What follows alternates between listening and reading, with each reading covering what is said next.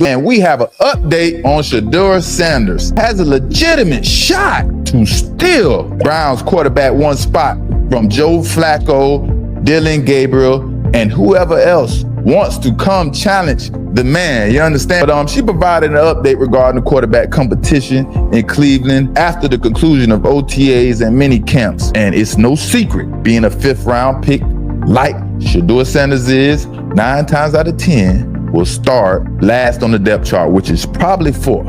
Right in Berea, Ohio, the Cleveland Browns training camp is off to a chaotic start, and it's not what fans expected. Instead of a clear fight between veteran QBs and new rookies, something unexpected is happening behind the scenes. Shedeur Sanders, mostly ignored by analysts, is quietly pushing to become the Browns' starting quarterback. And whether the NFL likes it or not, people are starting to notice. Back in June, after minicamp ended, most thought the QB lineup was already set. But now, that assumption might be dead wrong. Joe Flacco, the 40-year-old Super Bowl champ, was supposed to be the safe bet. Kenny Pickett, a 2022 first-round pick already on his 3rd team, had experience, but barely knew Kevin Stefanski's system. Then came the 2 rookies from the 2025 draft. Dylan Gabriel, taken in the 3rd round, and Shedeur Sanders, picked in the 5th. On paper, Sanders looked like a long shot. But on the field, he's turning heads, and maybe turning the Browns' depth chart upside down. Some are now asking, was he underrated or purposely overlooked? You've seen some training camp circuses. You were here for Tim Couch. You were here for Johnny Manziel. You were here for Baker Mayfield's rookie year and Brady Quinn's rookie year. What is going to be unique or different about Shedeur in training camp and preseason games? Well, he's got such incredible fan support that I think if he isn't given any opportunities, the Browns are going to hear about that from their fans. I think at training, when fans attend training camp, it'll be obvious he's the most popular guy on the team. Jeez. I can feel that. The already. 4th string quarterback is the most popular guy on the team. Tony, I feel like you stopped short of saying the fans are going to riot.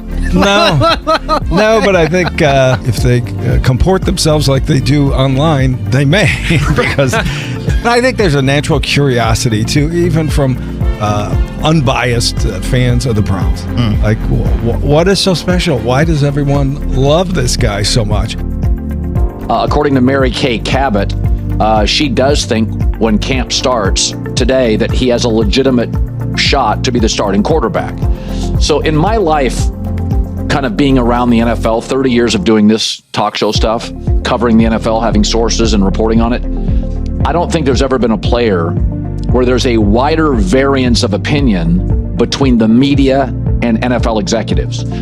The media, myself included, saw him as a B prospect, a good solid in a very, very weak quarterback draft class, certainly arguable 1st-round prospect, maybe a 2nd, 3rd round talent, but solid, good family DNA, moved well, historically accurate, good kid, not a bad kid.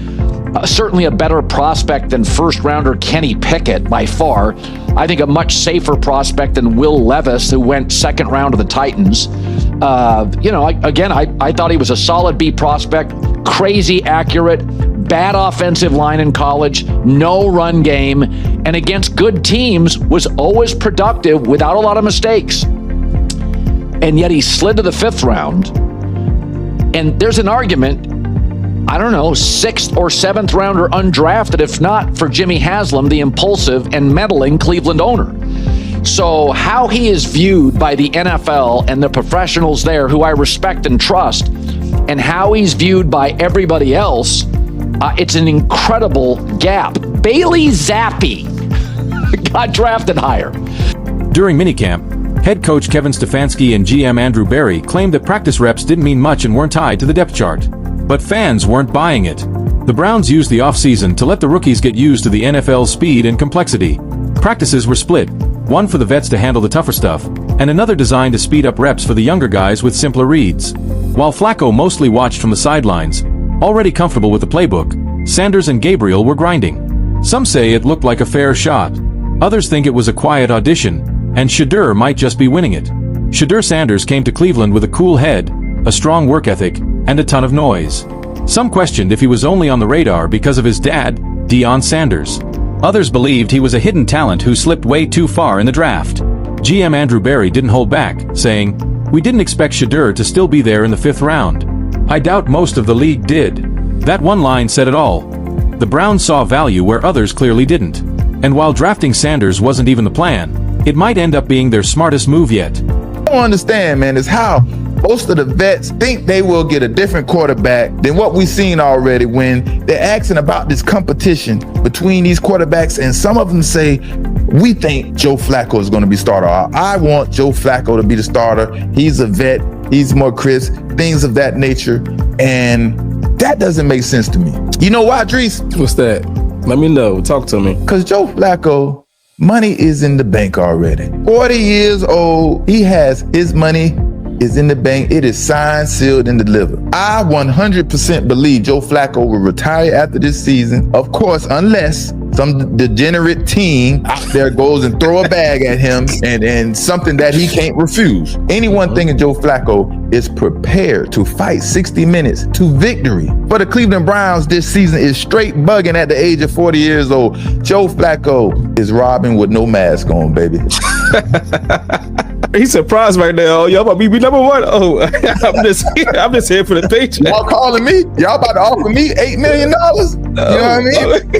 Because he struggled in Indianapolis last year with the Colts last season when he had to replace Anthony Richardson. And I don't know why people think something miraculously is going to change, like he's going to miraculously become a elite quarterback for the Browns or something out of nowhere.